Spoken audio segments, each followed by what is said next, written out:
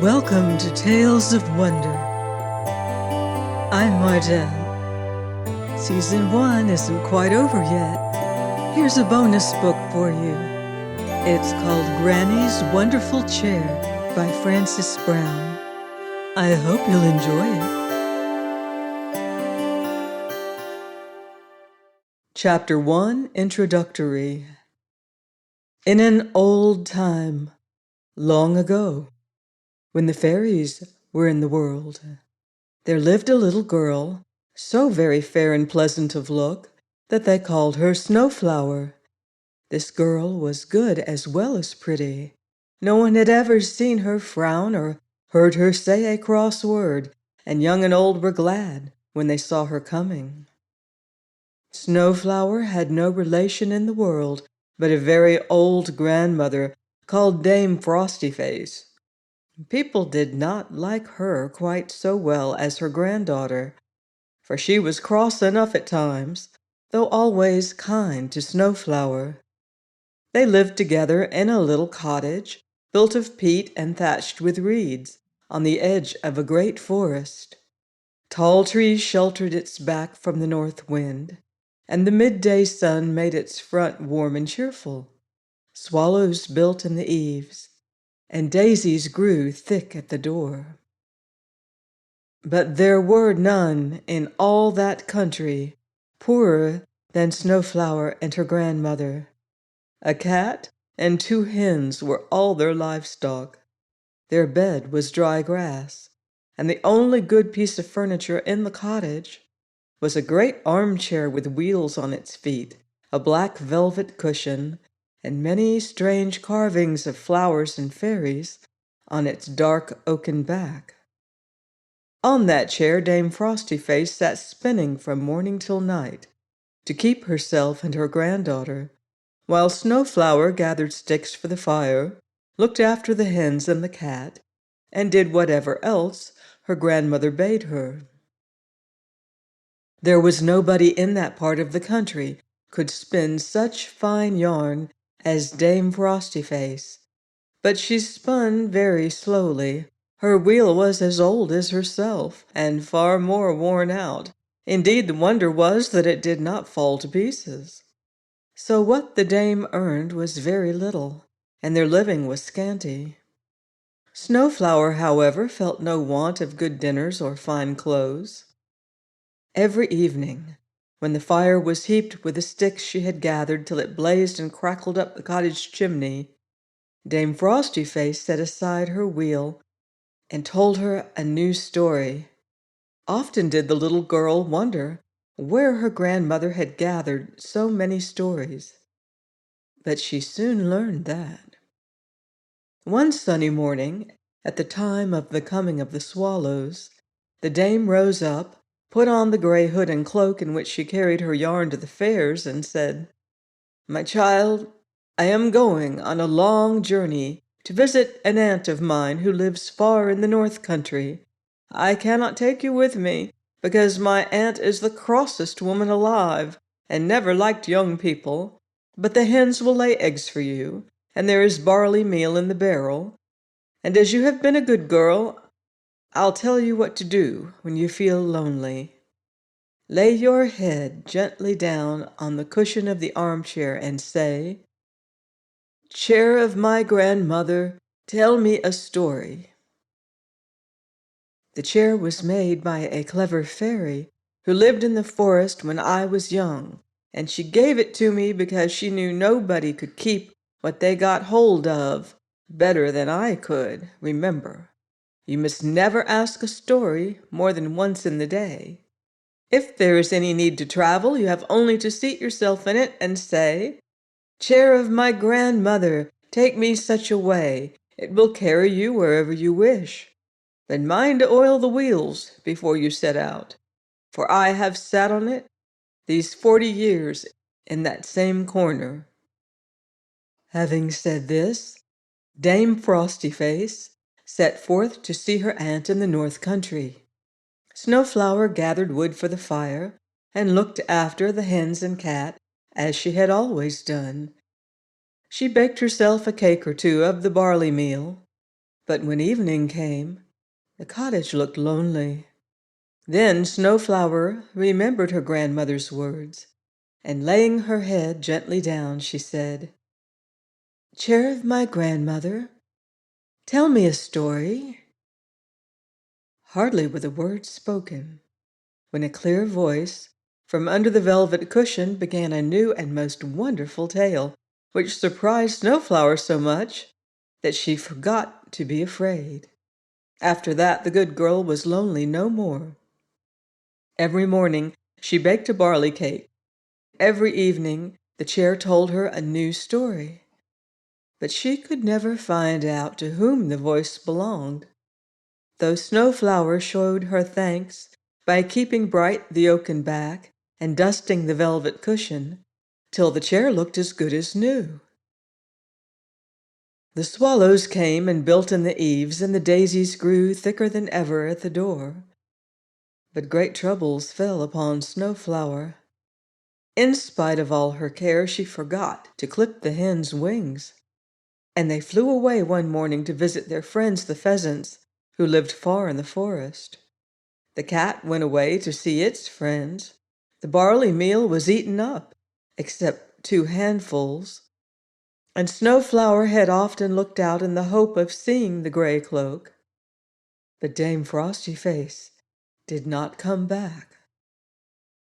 "My grandmother stays long," said Snowflower to herself, "and by there will be nothing left to eat. If I could get to her, perhaps she would tell me what to do. Surely there is good need for me to travel." Next day at sunrise, Snowflower oiled the wheels of the chair, baked a cake out of the last of the meal, took it on her lap by way of food for the journey, seated herself, and said, "Chair of my grandmother, take me the way she went." At once the chair gave a creak and began to move out of the cottage and into the forest, the very way Dame Frostyface had taken, where it rolled along at the rate of a coach and six. Snowflower was amazed at this way of traveling, but the chair never stopped nor stayed the whole summer day, till as the sun was setting, they came upon an open space where 100 men were cutting down the tall trees with their axes. 100 more were splitting them for firewood, and 20 men with horses and wagons were carrying the wood away. "Oh, chair of my grandmother, stop," said Snowflower, for she was tired and also wished to know what this might mean. The chair at once stood still, and Snowflower, seeing an old woodcutter who looked kind, stepped up to him and said, "Good father, tell me why you cut all this wood."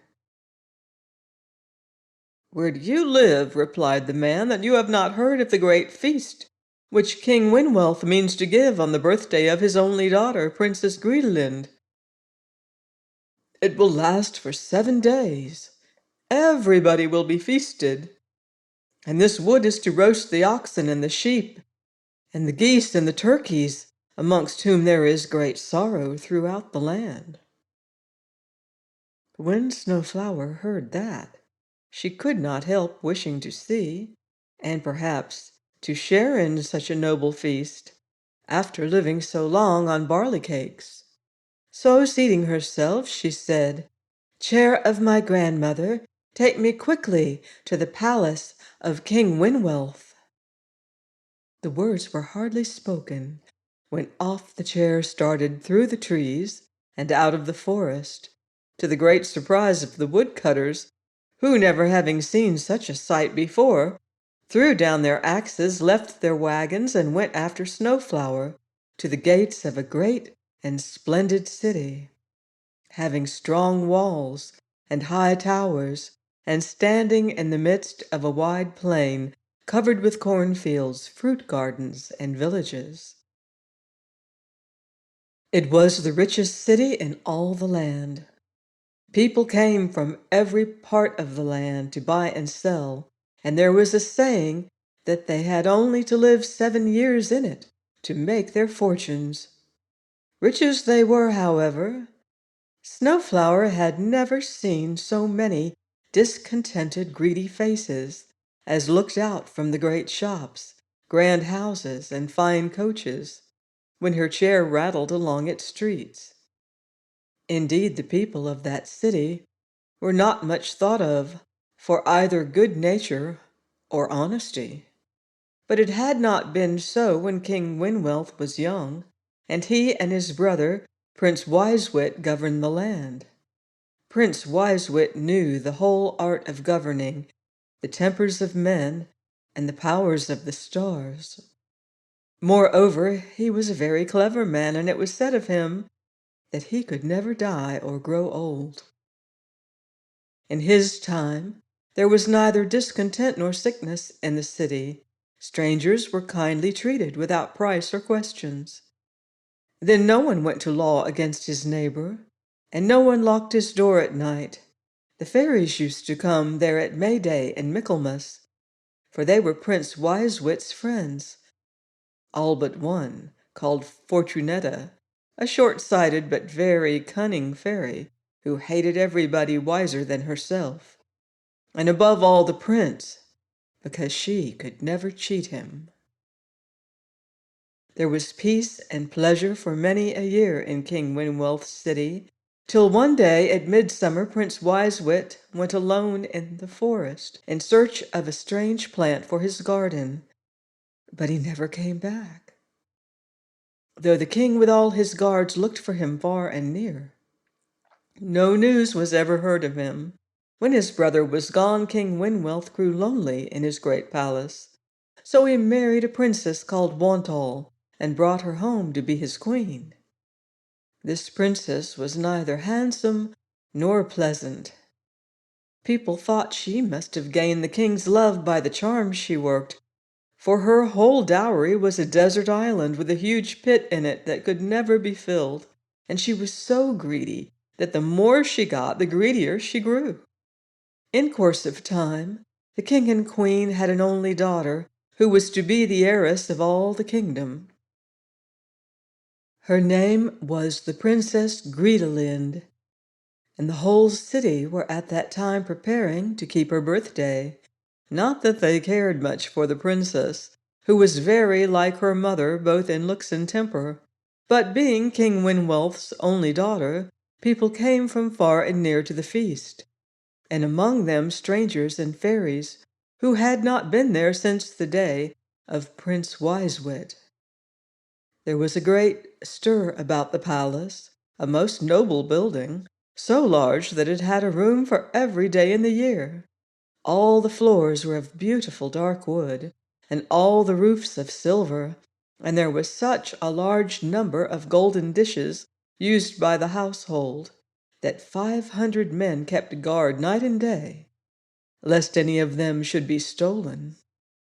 When these guards saw Snowflower and her chair, they ran one after the other to tell the king, for the like had never been seen nor heard of in his kingdom, and all the court crowded out to see the little maiden and her chair that came of itself.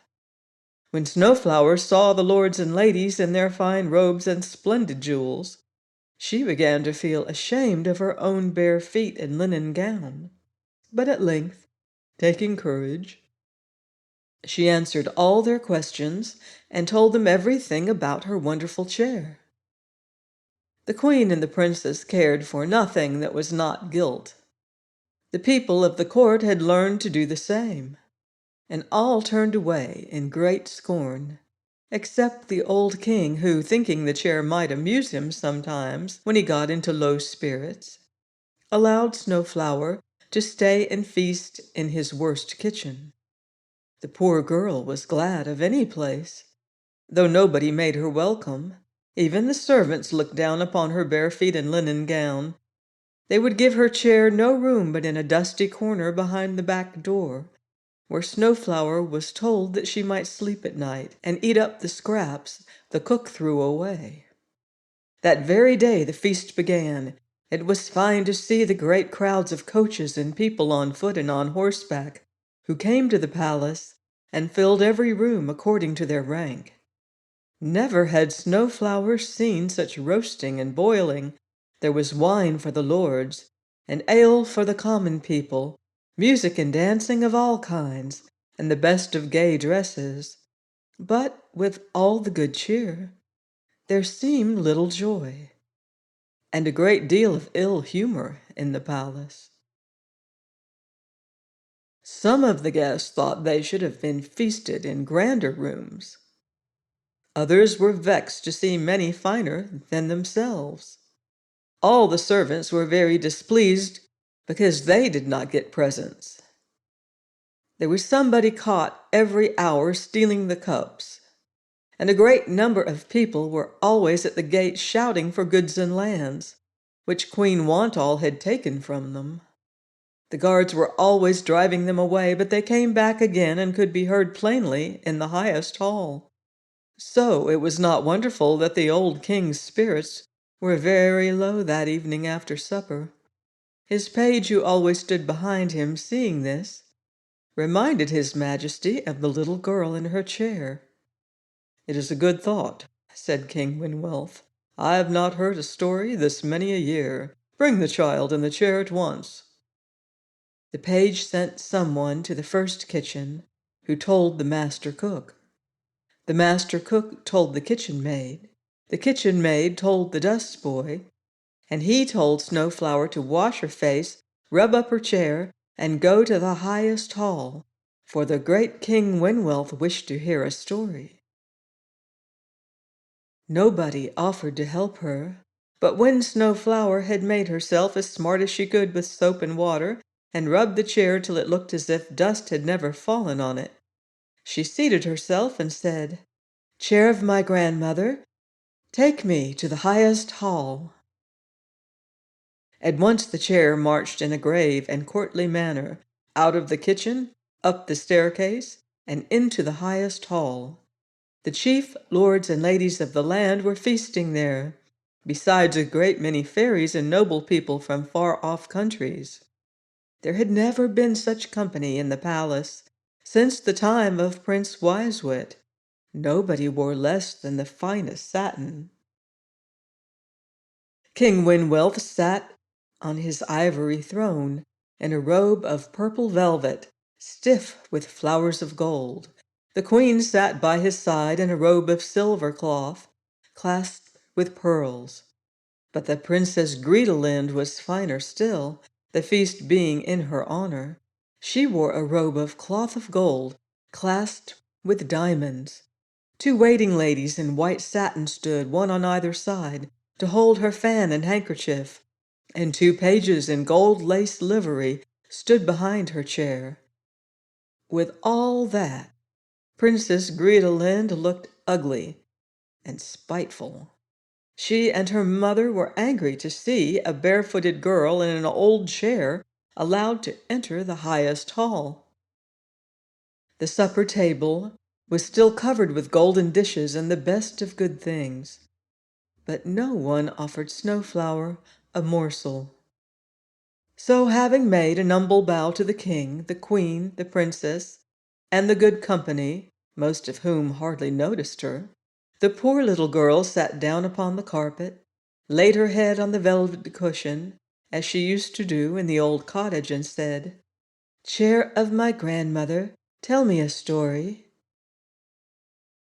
Everybody was greatly surprised, even the angry queen and the spiteful princess, when a clear voice from under the cushion said, "Listen to the story of the Christmas cuckoo." Join me next week on Tales of Wonder for the story of the Christmas cuckoo from Granny's Wonderful Chair by Frances Brown.